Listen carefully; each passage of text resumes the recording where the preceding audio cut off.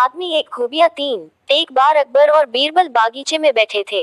अचानक अकबर ने बीरबल से पूछा कि क्या तुम कैसे इंसान को खोज सकते हो जिसमें अलग अलग बोली बोलने की खूबी हो।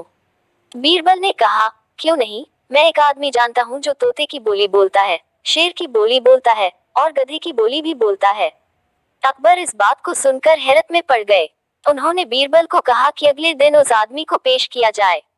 बीरबल उस आदमी को अगले दिन सुबह दरबार में ले गए और उसे एक छोटी बोतल शराब पिला दी। अब हल्के नशे की हालत में शराबी अकबर बादशाह के आगे खड़ा था। वह जानता था कि दारू पीकर आया जानकर बादशाह सजा देगा, इसलिए वह गिड़गिड़ाने लगा और बादशाह की खुशामद करने लगा। तब बीरबल बोले कि हुजूर, यह जो सजा के डर से बोल रहा है वह तोते की भाषा है। उसके बाद बीरबल ने वहीं उस आदमी को एक और शराब की बोतल पिला दी। अब वह आदमी पूरी तरह नशे में था। वह अकबर बादशाह के सामने सीना तान कर खड़ा हो गया। उसने कहा कि आप नगर के बादशाह हैं तो क्या हुआ, मैं भी अपने घर का बादशाह हूँ, मैं यहाँ किसी से नहीं डरता हूँ। बीरबल बोले कि हुजूर, अब शराब के नशे में निडर होकर यह जो बोल रहा है यह शेर की भाषा है। अब फिर से बीरबल ने उस आदमी का मुंह पकड़कर एक और बोतल उसके गले से उतार दी। इस बार वह आदमी लड़खड़ाते गिरते पड़ते हुए जमीन पर लेट गया और हाथ पांव हवा में भांजते हुए मुंह से उजुलूल आवाजें निकालने लगा। अब बीरबल बोले कि हुजूर, अब यह जो बोल रहा है वह गधे की भाषा है। अकबर एक बार फिर बीरबल की हाजिर जवाबी से प्रसन्न हुए और यह मनोरंजक उदाहरण पेश करने के लिए उन्होंने बीरबल को इनाम दिया। 3 रुपए, 3 चीजें। एक मंत्री की उदास शक्ल देख बादशाह अकबर ने उसकी उदासी का कारण पूछा। तब मंत्री बोले कि आप सारे महत्वपूर्ण कार्य बीरबल को सौंपकर उसे महत्ता देते हैं, जिस कारण हमें अपनी प्रतिभा साबित करने का मौका ही नहीं मिलता है।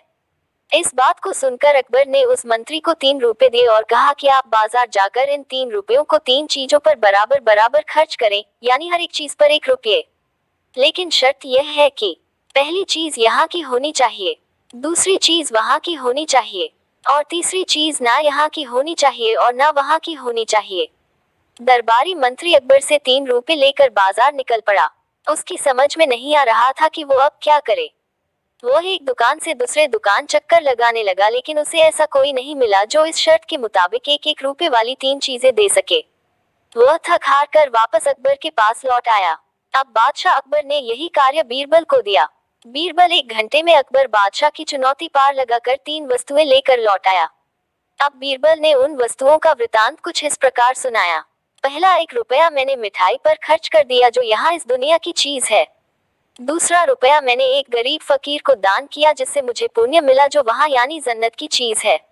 और तीसरे रुपये से मैंने जुआ खेला और हार गया। इस तरह जुए में हारा रुपया वो तीसरी चीज थी जो ना यहाँ मेरे काम आई न वहाँ जन्नत में मुझे नसीब होगी। बीरबल की चतुरपूर्ण बात सुनकर राजा के साथ साथ दरबारी भी मुस्कुरा पड़े और सभी ने उनकी बुद्धि का लोहा मान लिया।